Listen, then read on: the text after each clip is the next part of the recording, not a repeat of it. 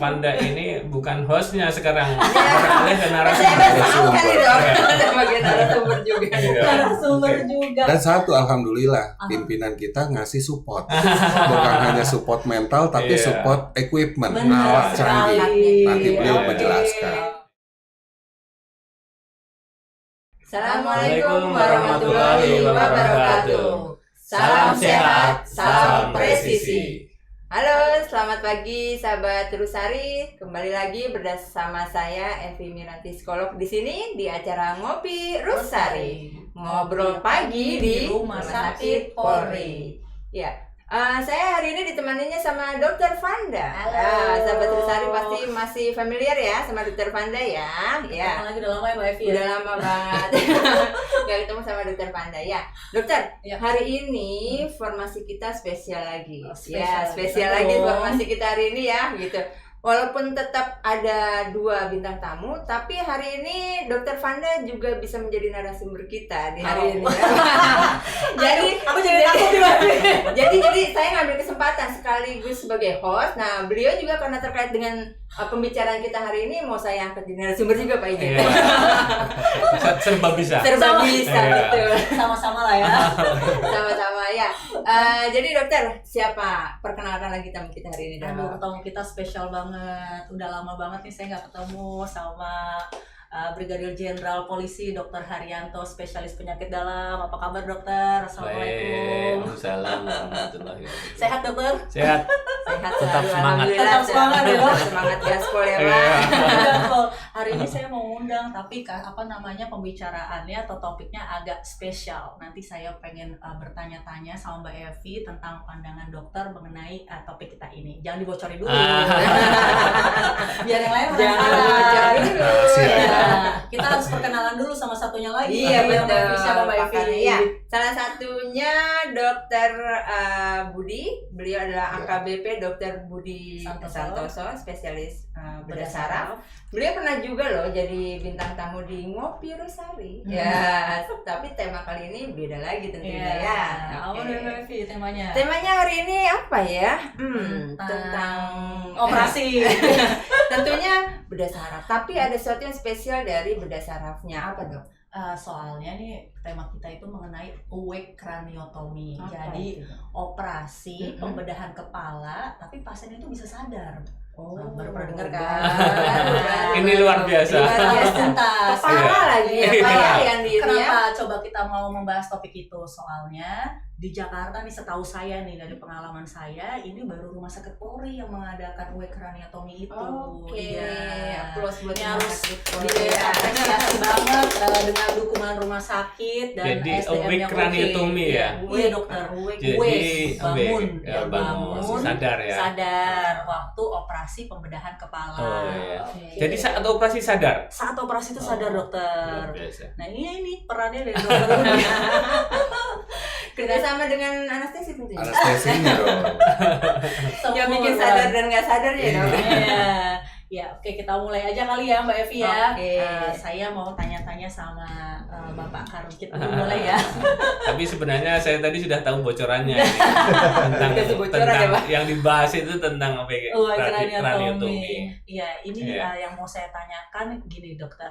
Ini kan kita sudah pernah melakukan itu kan atas alhamdulillah dari dukungan dokter juga sama rumah sakit, akhirnya kita bisa menyelenggarakan operasi ini. Kira-kira nih dok, kalau misalnya kita mau melakukan operasi ini lagi, apakah rumah sakit akan mendukung lebih jauh lagi tentang misalnya alat yang kita butuhkan seperti itu dokter. Terus satunya lagi itu adalah kalau ada polisi yang mau datang ke rumah sakit dengan tumor kepala terus mau dioperasi, apakah kita juga akan mendukung penuh untuk melakukan operasi ini? Bagaimana tanggapannya dok? Ya terima kasih. Sama-sama, dokter. Jadi rumah sakit ini katakanlah rumah sakit tempat berkumpulnya para spesialis, subspesialis dengan segala macam keilmuan. Saya pernah belajar, kemudian studi banding di negara tetangga. Jadi kita harus bisa memanfaatkan spesialisasi tertentu yang maju, kemudian ada tantangan dan itu makanya perlu dikembangkanlah spesialisasi itu. Beberapa waktu yang lalu ada tentang spine, kemudian hari ini awake craniotomy, ini yang luar biasa.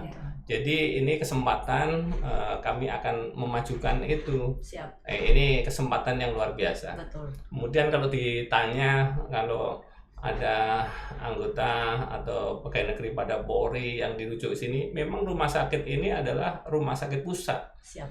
Jadi rumah sakit pusat rujukan, rumah sakit Bayangkara seluruh Indonesia. Siap. Jadi tentu dengan senang hati kita menerima rujukan tersebut dan akan kita kerjakan sebaik-baiknya. Oh, siap, Pak. Terima kasih. Jadi pelayanan prima. Pelayanan prima ya. Tapi Pak, berani gitu ya Pak, gitu ya. Berani gitu, dari judulnya aja itu udah menakutkan gitu Pak sebenarnya. Tapi sebenarnya di belakang berani itu ada presisi. Jadi tidak hanya berani beraninya toh ya Pak. langsung itu enggak, Iya, benar, tapi benar. ada presisi, ada keilmuannya, Nah, itu ada dia. peralatan yang mendukung, ada fasilitas-fasilitas lain yang sebagai pelengkap. Itulah namanya presisi. Iya, betul. Kita berani melangkah tapi dengan perhitungan, namanya presisi. Sebenarnya oke Pak.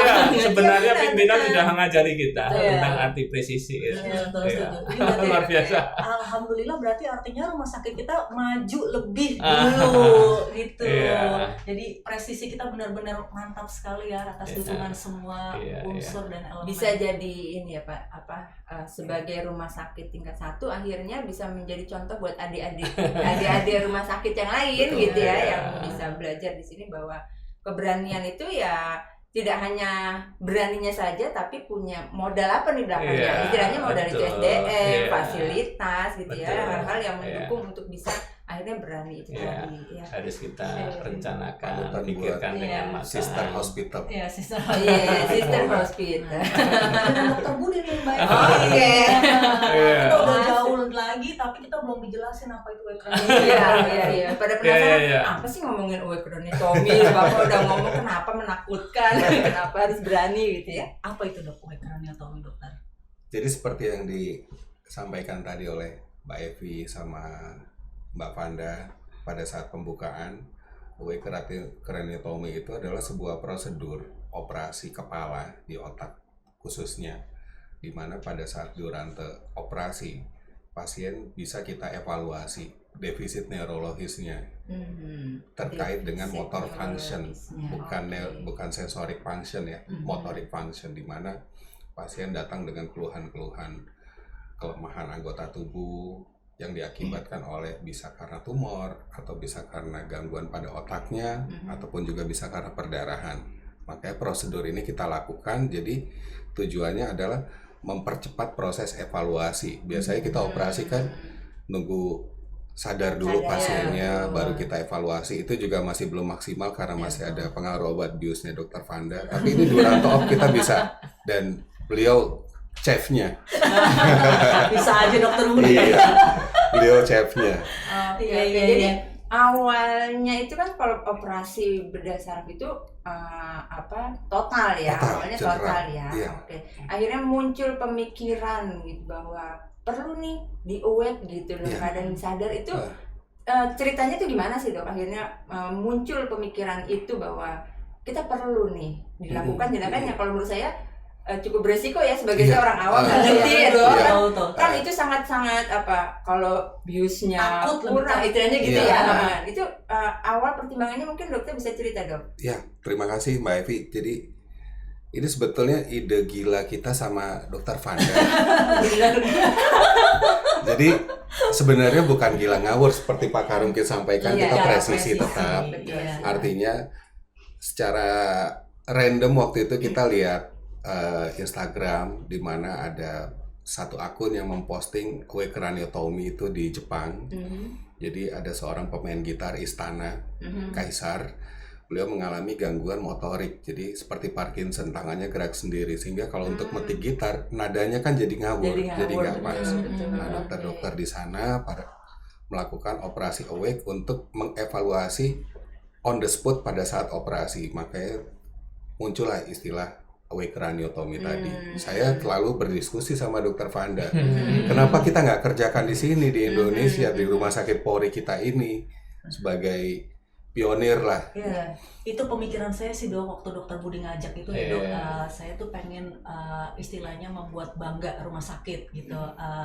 Kita harus melakukan ini pertama kali, walaupun sebetulnya itu kan untuk kekhususannya adalah konsultan neuroanestesi, tapi mampu kita melakukan itu, kenapa tidak kita lakukan? Kalau tidak sekarang, akan kapan lagi? Gitu. Kalau nggak di sini, Kalau di mana lagi? Jadi ya sudah, karena ini benar kata Dokter Haryanto, ini karena ini rumah sakit rujukan pusat, ya masa kita tidak bisa melakukan prosedur yang memang bisa kita lakukan lebih besar daripada yang lainnya gitu. Atas pemikiran itu, untuk kebanggaan itu akhirnya kita lakukan lah bersama Dokter Budi. Dokter Budi yang bilang, Dokter Panda ini bukan hostnya sekarang, beralih ke narasumber. Narasumber juga. Dan satu, alhamdulillah pimpinan kita ngasih support, bukan hanya support mental tapi support equipment, alat canggih. Nanti beliau menjelaskan.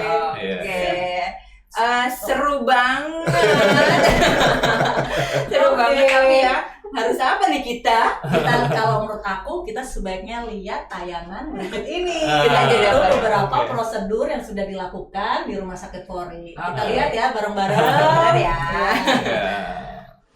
Satu gimana? Di depan nunggu juga. Oh, sama suaminya. Terus anak yang kedua gimana? Di rumah. Nah, sekarang bisa genggam tangan saya yang ini, yang kencang, yang kencang. Iya, pinter. Oke, sudah. Cukup. Bapak tahu rumahnya di mana? Rumahnya di mana, Pak? Cibubur.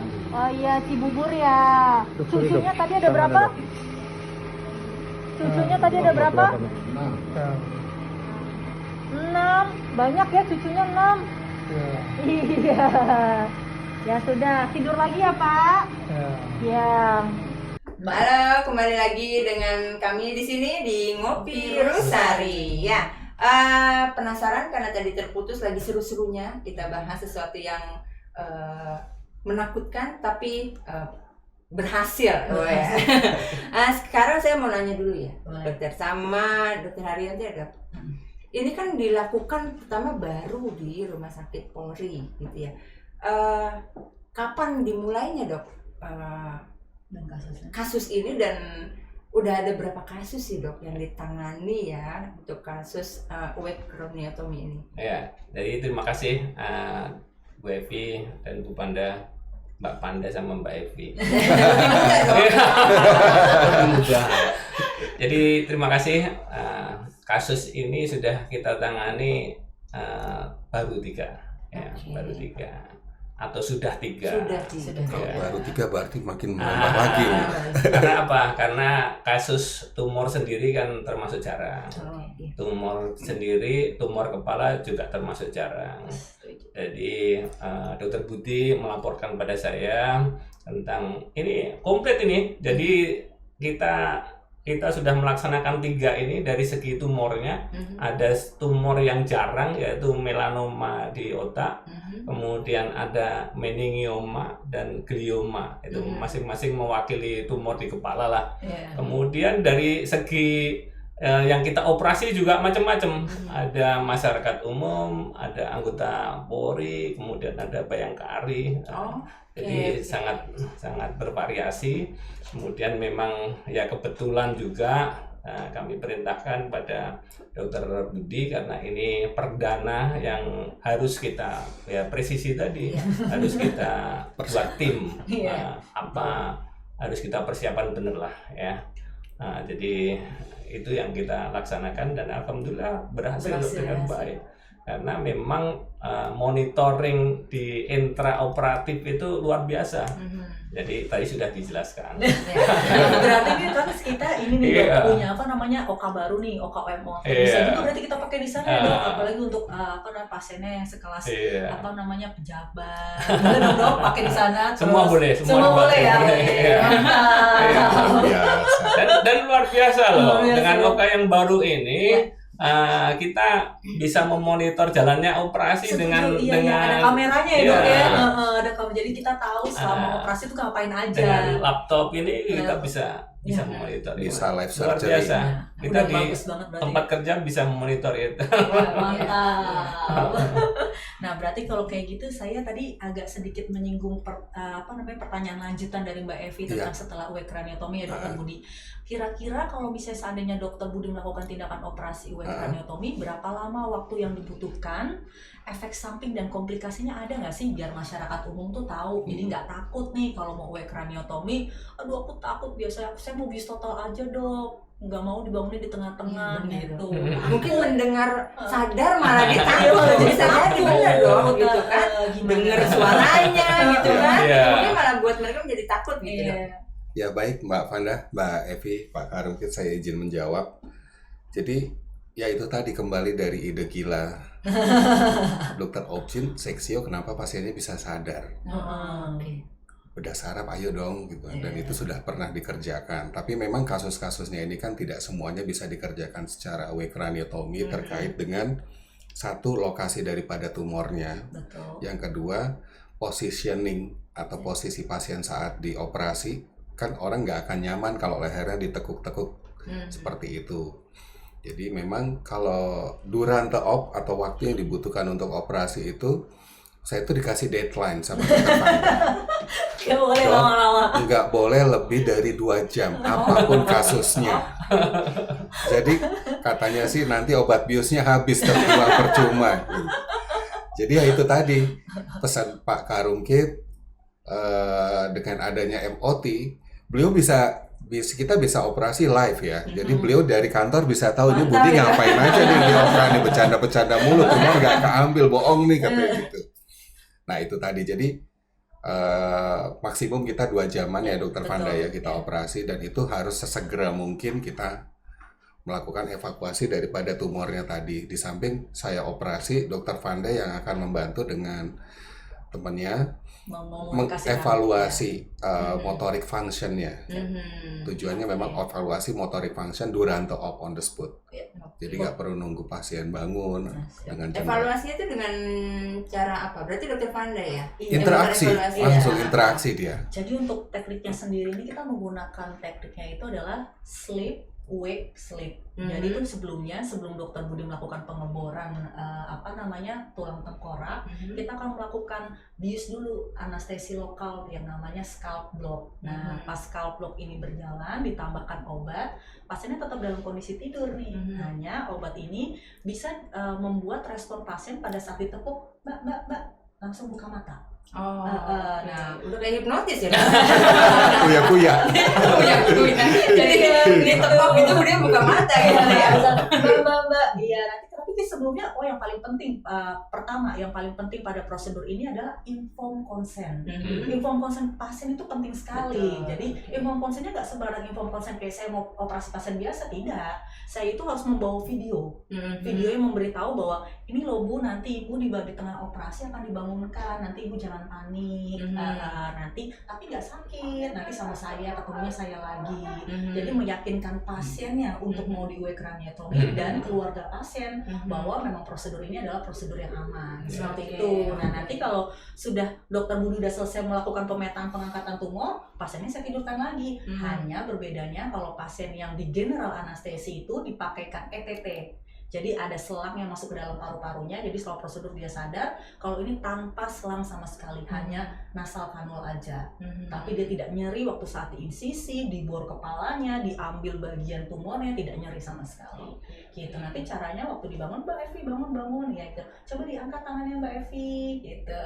Atau dia merespon gitu ya? Dia akan merespon, dia akan mengangkat tangannya seperti itu semua gerakannya. Ataupun Mbak Evi misalnya main gitar. Mbak Evi main gitar, gitu. Atau Mbak Evi bisanya nyanyi. Jadi video yang di Jepang itu ya. Iya.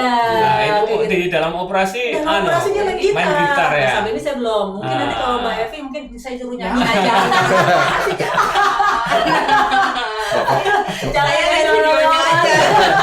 Ternyata Pak Karungkit sudah update tuh. Tahu loh. Wawasannya. Mungkin pentingnya komunikasi. Iya, betul Dokter. Ini informed consent. Dokter Haryanto ini kan spesialis penyakit dalam. Jadi mungkin sangat tahu yang namanya informed consent ke pasien itu sangat penting. Apalagi kita harus menumbuhkan rasa percaya kepada pasien bahwa kita akan menangani dia secara baik. Tapi kalau kita tidak kayak asal-asalan, yang mau nggak mau, ya itu nggak bisa. Ini prosedur ini perlu kepercayaan antara pasien dan dokter. Mantap itu. Mantap kan dokter? Lagi saya ke dokter Fanda lagi. Iya. Oh jadi saya. Dok, kan tadi bikin inform consent ya, dengan inform consent yang memang agak berbeda ya, karena memang kasusnya berbeda ya. Apa yang bisa meyakinkan gitu ke pasiennya bahwa atau manfaat apa yang bisa dia dapat dengan melakukan tindakan awake craniotomy ini gitu loh? Kenapa harus dibangunkan gitu? Apa sih manfaatnya gitu? Apakah malah lebih beresiko buat saya, takut gitu? Saya itu menginform consent pertama adalah keuntungan dari operasi awake craniotomy, tapi saya tidak boleh melewatkan adanya kerugian. Ya misalnya apa yang akan terjadi kalau seandainya operasi pembiusan saya tidak berhasil atau operasi tidak berhasil, itu harus tetap diinformasikan. Diinformasikan. Misalnya kalau ternyata nanti terjadi perdarahan tidak bisa terkontrol, saya mau nggak mau harus merubah jadi general anestesi untuk menyelamatkan ibu gitu, atau menyelamatkan pasien. Tapi kita akan berusaha semaksimal mungkin bahwa ini akan tetap aman dan akan tetap berhasil seperti itu. Nah, yang pertama adalah keuntungannya. Keuntungannya ibu langsung bisa bangun. Terus nanti ibu ketemu sama saya. Saya yang akan mengawasi selama prosedur operasi, ibu ada di dalam pengawasan saya. Nanti waktu dibangunkan, kita akan melakukan tindakan, ibu akan saya minta nulis, ibu akan saya minta nyanyi, ibu akan saya minta angkat tangan, semua harus saya jelaskan satu persatu. Termasuk itu harus didampingin sama keluarganya. Tapi kembali lagi, kalau ini ibu setuju.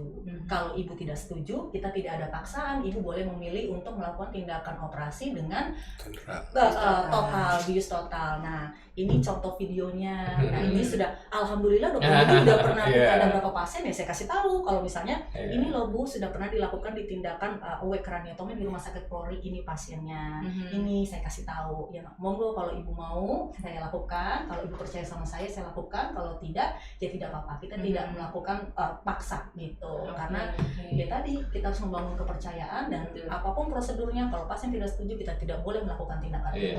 Gitu. Begitu. Tapi sebenarnya intinya dokter menyarankan itu sebenarnya intinya untuk kebaikan pasien. Betul. Makanya awake craniotomy tadi supaya kita bisa memonitor di saat operasi kan, gimana nih, apakah ada perubahan, menjelek dan sebagainya. Iya betul sekali. Pak Haryanto kayaknya bisa nih jadi saya untuk inform konsen pasien. Kita dari tadi ngobrol, kok kopinya nggak ada? Oh iya, kopinya mana nih? Kopi. Ayo kopi. Wah, ternyata sudah siap. Udah siap. Sembari ngopi, kita break dulu ya. Ngopi dulu. Terima kasih Mbak Karisma, Mbak Yolanda, luar biasa. Kita ngopi dulu. Sesi terakhir ya. Belum di break ya. Yuk kita ngopi dulu. Ngopi dulu.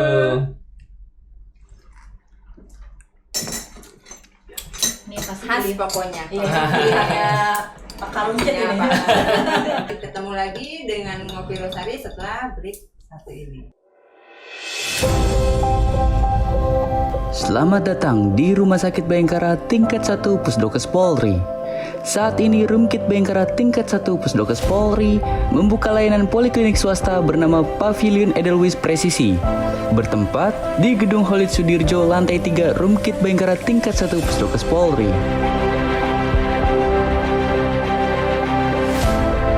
Adapun keunggulan bagi pasien yang berobat ke Pavilion Edelweiss Presisi, antara lain pendaftaran langsung tanpa antri,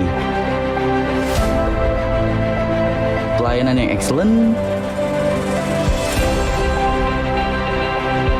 ruang tunggu yang nyaman, proses pelayanan yang cepat dan tepat, mendapatkan akses laboratorium dan apotek pribadi sehingga mempercepat proses berobat, mendapatkan akses VIP untuk tindakan MRI, endoskopi, ekokardiografi, EKG, dan berbagai macam tindakan pendukung lainnya. Juga tempat parkir VIP gratis khusus pasien Pavilion Edelweiss Presisi. Poliklinik Pavilion Edelweiss Presisi ini juga menyediakan polispesialis anak, polispesialis penyakit dalam, polispesialis bedah umum, polispesialis saraf, dan berbagai poliklinik spesialis lainnya. Poliklinik Pavilion Edelweiss Presisi ini sudah berstandar internasional, mulai dari ruang tunggu, ruang dokter, sampai ke petugas yang sudah tersertifikasi secara keseluruhan. Ayo berobat ke Pavilion Edelweiss Presisi dan nikmati pelayanan paripurna.